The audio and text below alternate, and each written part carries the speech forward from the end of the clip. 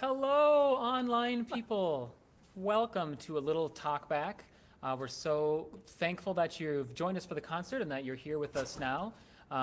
We are excited to share a little bit about the program. We're going to talk to Alex Nishibun, tenor extraordinaire today. He's going to talk a little bit about our programming process and the show you just heard. But please, we will have time for questions and answers at the end, and we would love to hear your questions. So if you can please go ahead and throw comments into the comments section under the video, and we will have our lovely assistant, Zachary Colby, read those off to us at the end. And if there's any volume issues, please put that in the chat also. We can easily adjust the volume up and down. So if we're not loud enough, we can be louder. But first of all, welcome, Alex. Yeah, thanks for having me. Really excited about this. Yeah. So could you share with everyone, obviously, I know everything about your life, but if you could talk a little bit about your musical journey and what led you, the path that led you to Cantus. Sure. So I started singing when I was a wee babe in church choirs back home in Kentucky. As I got older and went through high school, I ended up going to Montgomery, Alabama for my undergrad studies in music. And then I went on to Boston to the New England Conservatory for my master's program. And while I was there, I stayed in Boston because I loved it and had a great time singing and gigging. And then I heard about the Cantus tenor opening, and I was like, well, let me jump on that if I can. Give it a shot anyway. Yeah, right? give it a shot at least. And the rest is history. This is year 4 now, so it's going fun. Very nice. And as folks may know, one of the really defining characteristics of Cantus is that we're totally artist-led. And so we don't work with any kind of a music director or artistic director. All the artistic decisions, rehearsal decisions, all happen by consensus. And yes, that is as slow as it sounds. But no, it's really fun. And we each have kind of a role with that beyond singing. So like I do some communications work, some social media stuff. And Alex, what can you say a little bit about your role? Sure. So my role this year is I'm the program coordinator. So basically what that means is, as Paul mentioned, we do all of the artistic direction of the ensemble kind of within the 8 artists themselves.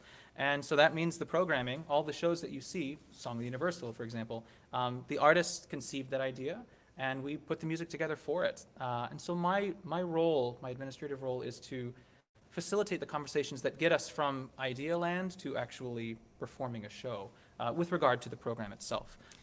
That's kind of the gist. Yeah. Can you say a little more about Song of the Universal, the show that they heard tonight, and kind of how this came together? Because they all come together a little differently. Sometimes we start with an idea. Sometimes there's a really cool song we want to sing.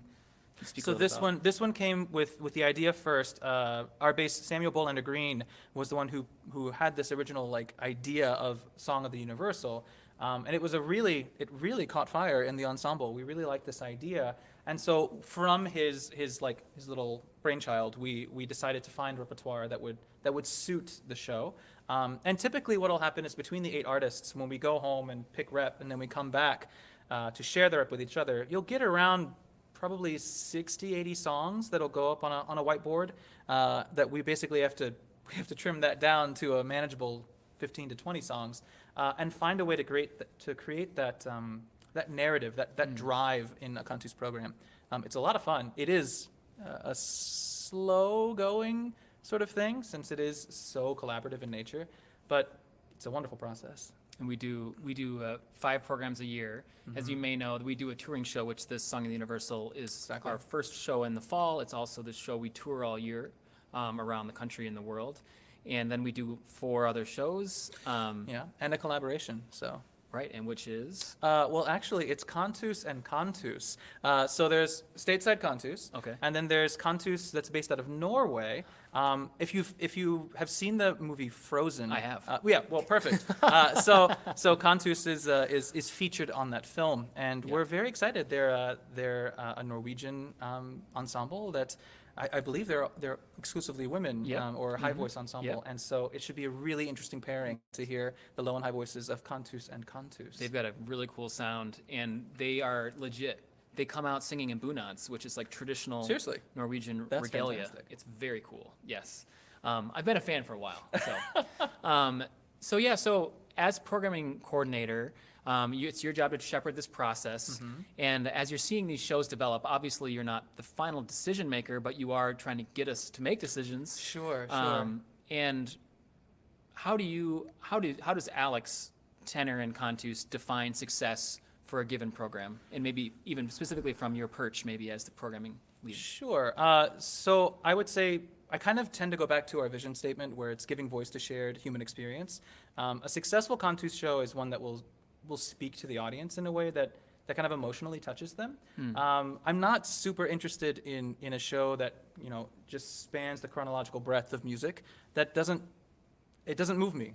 It's a wonderful history lesson, but it's just not what I hope to bring to a show, and that's not the Cantus success in my mind. So finding something that touches an audience member, and then when we chat with them after the show, it's so fun to hear what was meaningful and what really spoke to them as audience members and people. What's your favorite moment from this show? From Song of the Universal, I think my favorite moment is, it's cheesy, but it's the Imagine at the end. Oh yeah. It's so wonderful, and like you can tell that like literally tonight when you introduced like, we're doing Imagine, hearing the audience go, it's just like, okay. So it's gonna move an audience, and it's beautifully written, Yes. it's wonderful words, and it fits, I think. It's just this wonderful little cherry on top for Song of the Universal. What would you recommend folks go back and take another listen to, since they can? Sure. Because they're watching online, you can just hit back on your YouTube viewer and Absolutely. watch twice. I am particularly fond of Canto a Legua. It was, I think it's the second or third song in our show. And Third it's this song. third song. And it was originally performed by a women's group called Sexto Sentido. And it's beautiful. I think it's so fabulous in its harmonies and the rhythmic portions. The clapping is so much fun. I would also recommend for sure listening to Chris Foss's Tu Flos S. It took a Hildegard tune, Hildegard from Begin tune, and then he kind of just morphed it into, I want to say ripped it into the 21st century, but that's probably not the best way of putting it. But you can obviously hear this Fossian language Yes. in the piece, and it's just a lot of fun. Yeah. This is Alex Nishibun, star tenor. Oh. And I'm Paul Scholtz, one of the tenors. But we are going to have time for your questions and answers. So we would love if you would write in the comments something specific about Alex, something about Cantus. You can ask about me, whatever you want to hear about. And Open books we are. I'm going to start things off with a question for you, Alex. Sure, let's So hear it. what is the most challenging part of your job at Cantus? The most challenging part of my job at Cantus, well, it's interesting, right? Because it's a bittersweet concept. It's the collaborative aspect of Cantus. So the sweet part is that everything that we do has to have 8 people working on it together. And Gets to. gets to. Yeah, absolutely. It gets to have 8 people working on it. But that's the thing. That's the fun thing. Like the fact that I get to have a say in my own artistic work is beautiful. That's something that you don't necessarily always get to do as a musician. And also the bitterness of that is that I have to make sure that other people's vision is also shared, and I can accept it in a friendly, open way. Sometimes it's trickier if there's like particular pieces that I'm not interested in performing, or if there's a concept that I don't really totally get on board with. But then it's group project work. You get to decide like, oh, okay, well. Or sometimes the low voices have this way of accusing us I of know. singing flat. It's absolute nonsense. Can you imagine? Like, The things we have to jeez. deal with. I know. It's Yeah. tough being tenors, I have to admit. Okay, I'll have one more. With that, what is the most exciting or rewarding part of your job that maybe folks might not expect? Might not expect. Well, I would say like the audiences that we get to interact with are pretty fabulous. I joined in 2019, August 2019, so I had 7 months of normal, and then global pandemic, so I didn't see a lot of people for a while.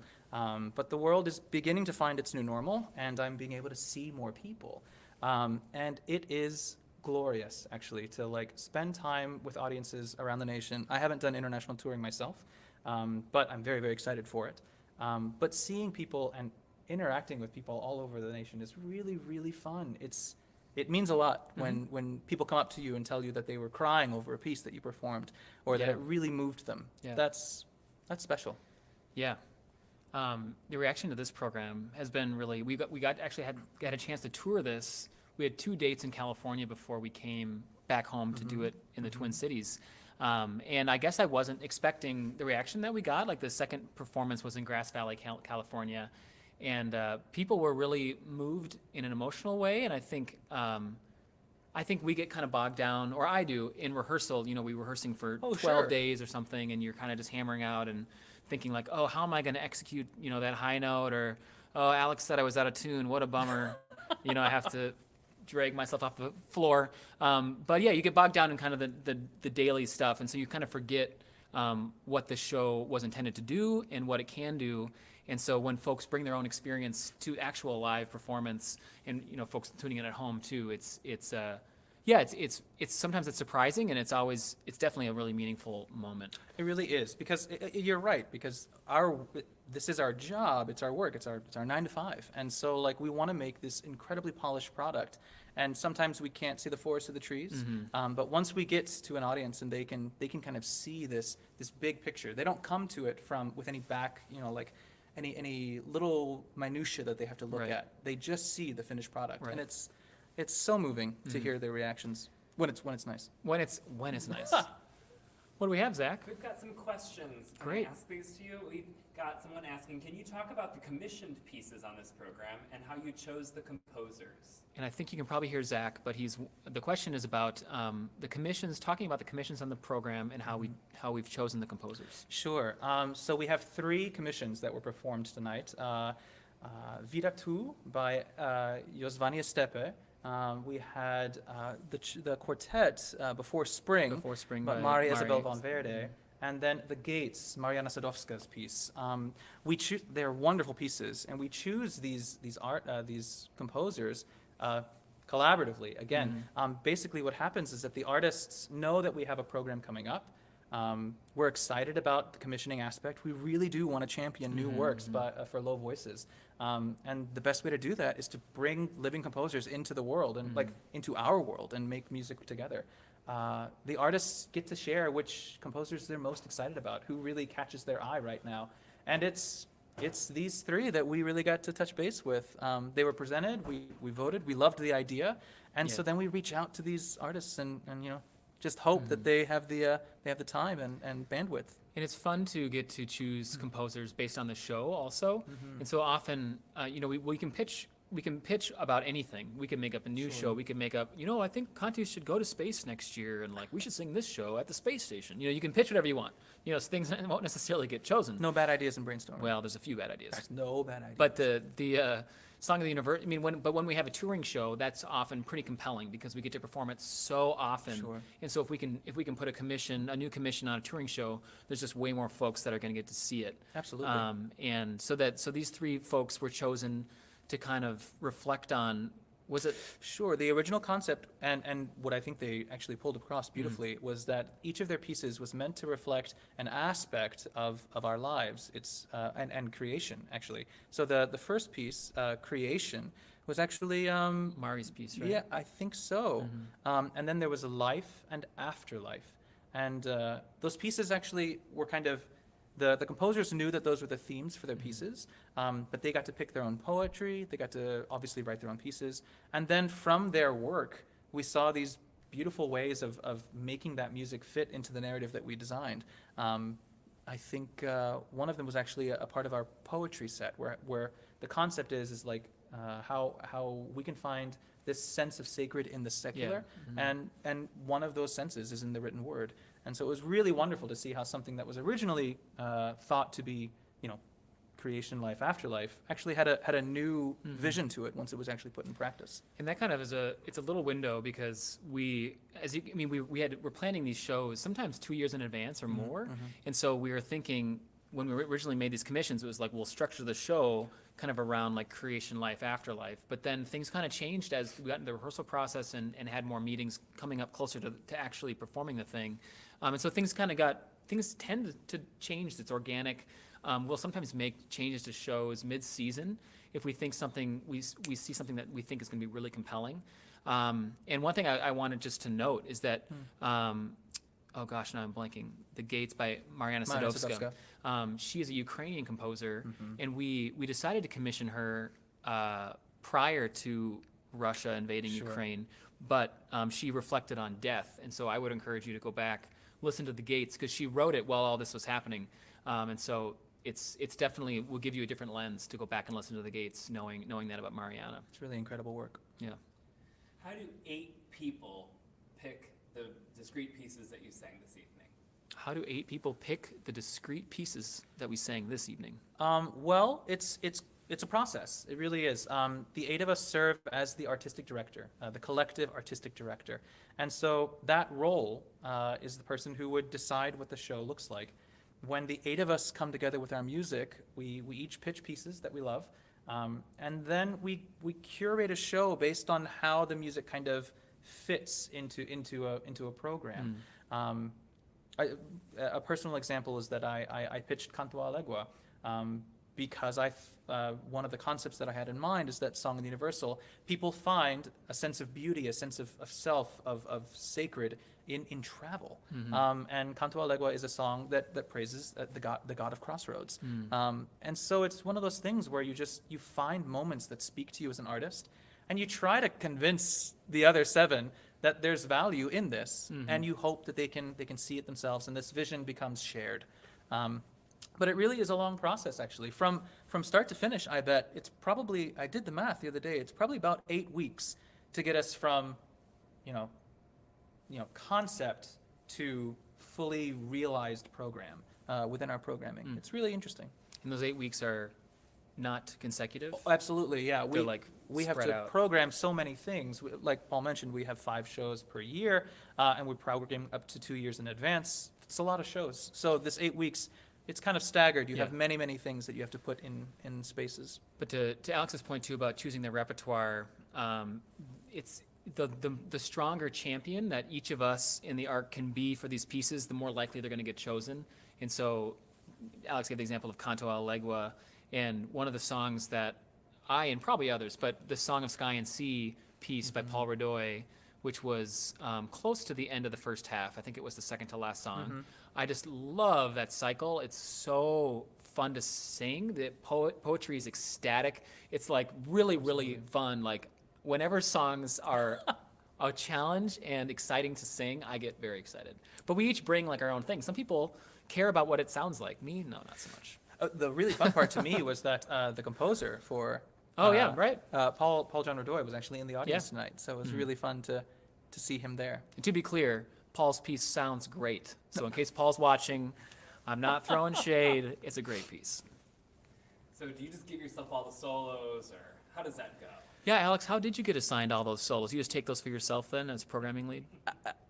Absolutely. Nice. No, of course not. So we have because there's so much literature that we look at, actually more math that was done, but because of the first couple of programs that we did the start of this year, we've looked at over 60 songs already in this 3-month time period.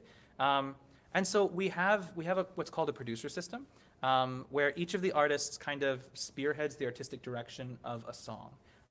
So for instance, Vocalise 2 from Windhorse, the opening song for today, was one of the pieces that I produced. And the goal from me in that piece is to create an artistic arc for that piece so that there's some sort of scaffolding in place when the artists all get together for our rehearsals. But over time, everyone starts putting their own fingerprints on this piece and being like, hey, it would be nice if right here we had an extra tenor moment, or what about here we could do a little bit more of a fermata, blah, blah, blah, things that kind of really change and evolve the artistry. So those producers might be the ones that were like, well, Alex really needs that solo.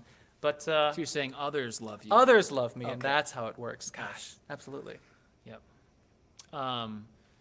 Yeah, well, I think that pretty well covers it. I see Zach is giving me the wrap it up sign, so we've talked too long. I apologize. I know this has been dreadful for you all. No, just kidding.